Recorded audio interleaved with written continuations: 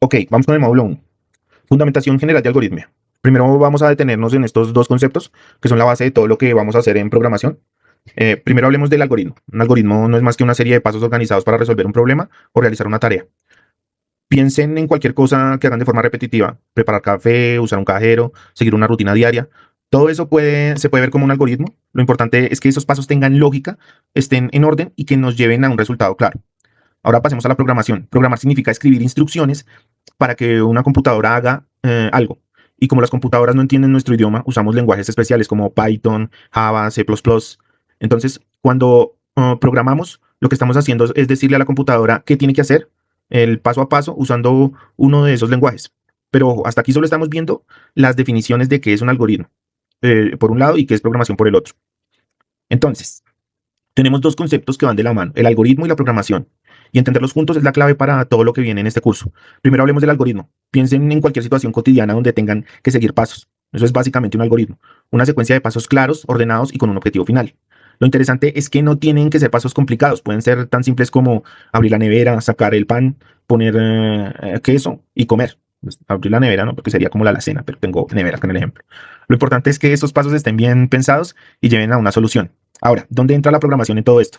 Programar es tomar ese conjunto de pasos, ese algoritmo, y escribirlo en un lenguaje que una computadora pueda entender. Es como traducir una receta a otro idioma, pero este idioma lo entiende una máquina. Por ejemplo, si tu algoritmo dice sumar dos números, la programación sería escribirlo en Python, digamos, usando cualquier programa de programación, el lenguaje de programación. Entonces sería: el resultado es igual a número uno más número 2. Entonces, para que se entienda bien la diferencia, el algoritmo es la idea, el plan, la estrategia. La programación es cómo llevamos esa idea al mundo digital, usando código. Así que antes de escribir una sola línea de código, lo primero que debemos hacer siempre es pensar cuál es el algoritmo que resuelve esto, y luego lo pasamos a programación.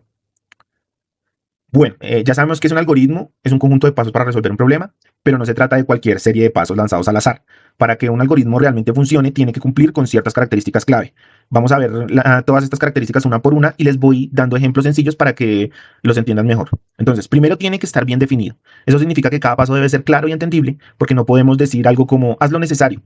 ¿Necesario cómo? ¿Cuánto? ¿Cuándo? Imaginen darle una receta de cocina a alguien que dice ponle la cantidad justa de sal. ¿Justa para quién?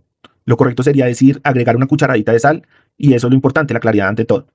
El segundo debe estar ordenado. Los pasos tienen que seguir una secuencia lógica. No podemos resolver antes de echar el agua, revolver antes de echar el agua, perdón. Si el orden no tiene sentido, el resultado final tampoco lo tendrá. Tercero, el algoritmo debe ser finito. Eso significa que tiene que terminar en algún momento. No puede quedarse repitiendo para siempre un algoritmo sin fin. Es como una película que nunca llega a un final. Pues eso nos cansaría, nos confundiría y no resolvería nada en nuestras vidas. Cuarto, debe ser efectivo. Cada paso debe poder hacerse de verdad y en un tiempo razonable. Si el paso dice adivinar el número que está pensando el usuario sin pistas, eso no sirve. Tiene que ser realizable. Y por último, un buen algoritmo tiene que tener una entrada y una salida. Es decir, puede recibir datos al comienzo como un número, una palabra, una acción, y debe dar un resultado al final. No sirve de mucho hacer todo un proceso si no obtenemos algo como una respuesta. Así que recuerden, esto tienen que tenerlo bien, bien clarito. Eh, el, el- el algoritmo tiene que ser claro, ordenado, finito, posible y con una entrada y tener una entrada y una salida. Esa es la base para que un algoritmo sea útil y funcional. Ahora, para poner en práctica todo lo que acabamos de aprender, un ejemplo súper sencillo cotidiano es hacer una limonada. Y ojo, esto no es por diversión, ¿no? Esto es un tipo de ejemplos que son importantes porque nos permiten entender cómo los algoritmos están en nuestra vida diaria, no solo dentro del computador. Ok, entonces comencemos. Primero, tomar un vaso. Segundo, llenarlo con agua. Tercero, agregar jugo de limón. Cuarto, agregar azúcar. Quinto, revolver la mezcla. Y sexto, servir o beber. Ahora vamos a ver cómo este ejemplo cumple con todo lo que vimos antes en la explicación de lo que debe contener un algoritmo. Entonces, ¿está definido? Sí. Cada paso es claro. No hay nada vago o ambiguo. Está ordenado totalmente. No podemos revolver antes de echar el azúcar ni beber antes de mezclar. Es finito, claro, que tiene un inicio y un final. No nos quedamos atrapados en un bucle de agregar azúcar infinitamente. Es efectivo. Sí, todos los pasos pueden hacerse con elementos reales. ¿Tiene una entrada y salida? Por supuesto, la entrada serían los ingredientes: el agua, el limón, el azúcar, y la salida es la limonada lista para beber. Esto es exactamente lo que hacemos cuando creamos un algoritmo para un programa. Pensamos en los pasos necesarios, los organizamos bien, nos aseguramos de que puedan ejecutarse y que nos den un resultado útil. Así que la próxima vez que sigan una receta o una rutina, piensen, esto podría ser un algoritmo, y ya con eso están pensando como programadores. Ok, permítame un momento. Ok, ahora pasemos al diagrama de flujo. Hasta aquí hemos hablado de qué es un algoritmo, qué características debe tener y cómo la programación nos permite convertir esas ideas en instrucciones para la computadora. Pero antes de empezar a escribir código, hay una herramienta que ayuda muchísimo a organizar las ideas y es el diagrama de flujo. Un diagrama de flujo es una forma de representar un algoritmo de manera gráfica, es decir, en lugar de escribir los pasos en forma de texto, se usan figuras conectadas por flechas para mostrar el orden en el que se debe ejecutar las acciones. Cada figura representa un tipo de paso y las flechas muestran cómo va avanzando el proceso. Esto nos permite ver todo el recorrido del algoritmo de una forma clara, rápida, y cuando ustedes estén armando una solución, un diagrama de flujo les puede servir para tener una vista general del camino que siguen los datos, de dónde empieza el proceso, qué decisiones hay en camino y cómo llegar a un resultado al final. Además, es una herramienta muy útil para detectar errores antes de programar. A veces una lógica puede sonar muy bien en la cabeza, pero cuando se dibuja paso a paso aparecen cosas que no están tan claras, pasos repetidos, decisiones mal ubicadas o caminos que no llevan a ningún lado. También es ideal para compartir ideas. Cuando se trabaja en grupo, mostrar un diagrama de flujo facilita que todos entiendan cómo va a funcionar el algoritmo, incluso si aún no se han escrito ni una idea de código. Eh, Así que el diagrama de flujo no es solo una formalidad o una tarea más, es una forma de pensar el algoritmo antes de programarlo. Es como hacer un boceto antes de construir algo. Esto les ayuda a planear y a organizar y a corregir todo en una sola herramienta visual. Continuando con la presentación, vamos a entrar más profundamente en el diagrama de flujo porque es una herramienta muy, muy importante. Entonces ya vimos que es un diagrama de flujo y para qué nos sirve.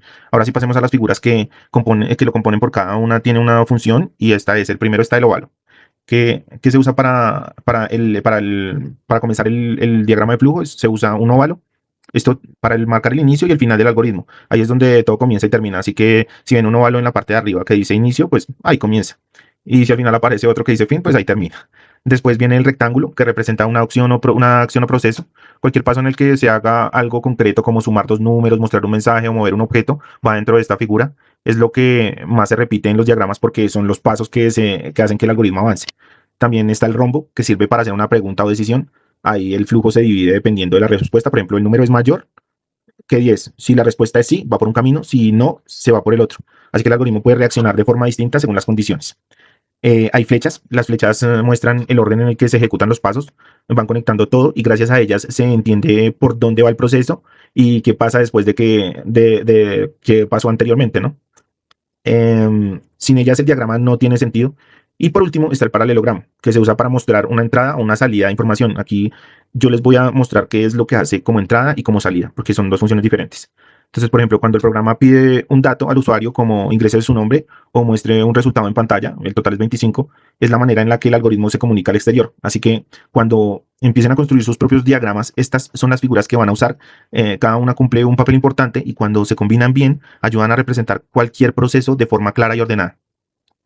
Entonces, uno por uno está. Ahora vamos a detenernos en un momento en cada figura para entender bien qué representa dentro del diagrama. Empecemos con el óvalo, que como ya vimos se usa para marcar el inicio y también el fin del algoritmo.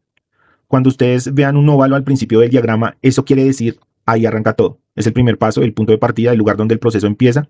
Y aunque parezca algo simple, en realidad es muy importante. ¿Por qué? Porque en programación y en cualquier proceso lógico tiene que quedar muy claro que desde el punto en el que se comienza, ¿sí? No puede haber dudas. Si un algoritmo tuviera varios puntos de entrada, se volvería confuso. ¿Por dónde comienza? Cuál paso va primero? ¿Cómo se hace el seguimiento? Esto es súper útil para procesos de pensamiento, para cuando nos bloqueamos. El hecho de comenzar a plasmarlo en un diagrama de flujo ayuda a entender el inicio, porque por lo general en procesos de pensamiento no sabemos, a todos nos ha pasado algo que decimos por dónde comienzo.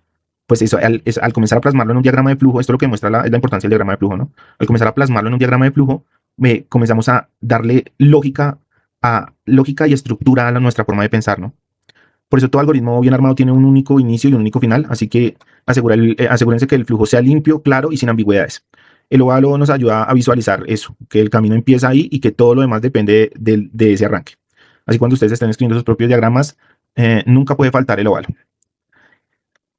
Ahora vamos con el paralelogramo, pero esta vez desde otra perspectiva su función como entrada de datos. El paralelogramo lo vamos a trabajar en dos partes porque puede servir tanto de entrada como de salida. En la parte de la entrada, cuando aparece esta figura al inicio en el proceso, significa que el programa necesita que alguien le dé un dato. No puede continuar sin eso. Es como si el algoritmo dijera, antes de seguir necesito saber algo. Ese algo puede venir directamente del usuario, por ejemplo, cuando escribimos un número en el teclado, pero también puede venir de otros lugares, de un archivo, de un sensor o de otra parte del sistema.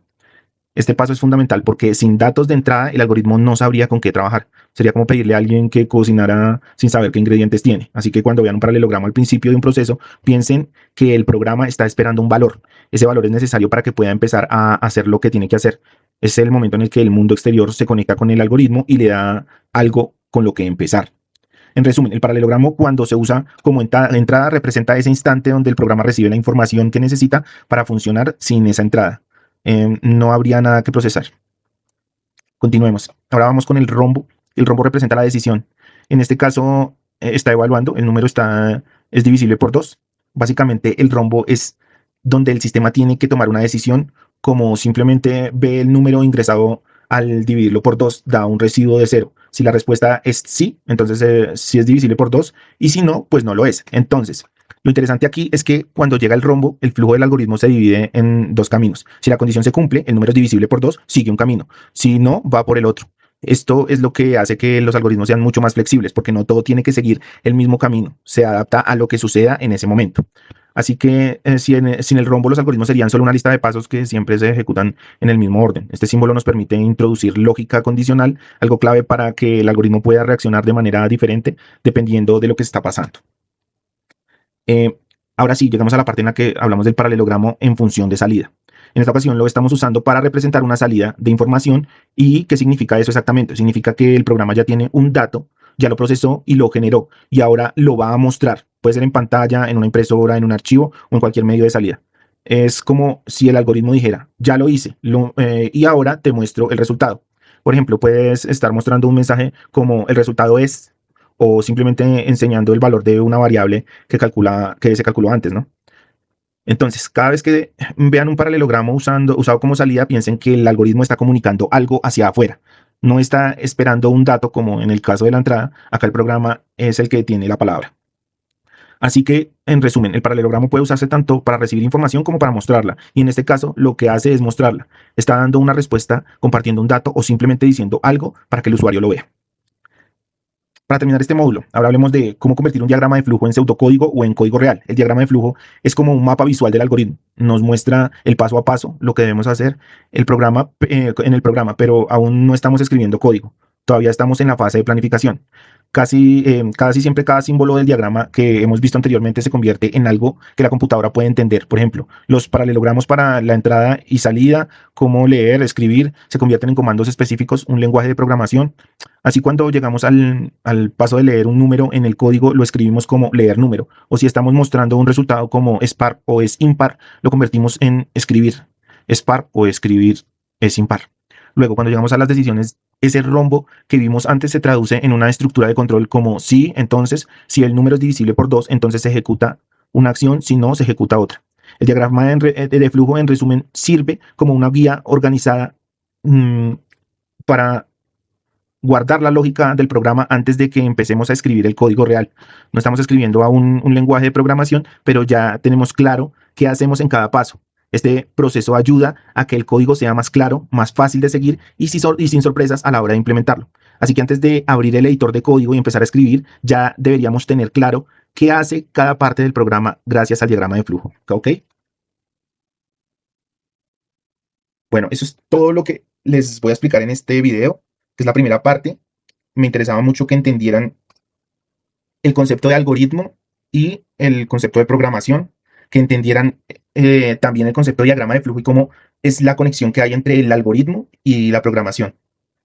En los siguientes módulos vamos a trabajar otros temas. El siguiente módulo es el módulo con el que vamos a trabajar la resolución de conflictos, que es el problema, pues es el problema más grande que encontré en la investigación previa que hice con ustedes, que es ese de querer ejecutar acciones pero no saber cómo hacerlo, querer liderar pero no saber cómo hacerlo. Vamos a usar todo esto que acabamos de aprender para aprender a solucionar conflictos, estructurando el pensamiento.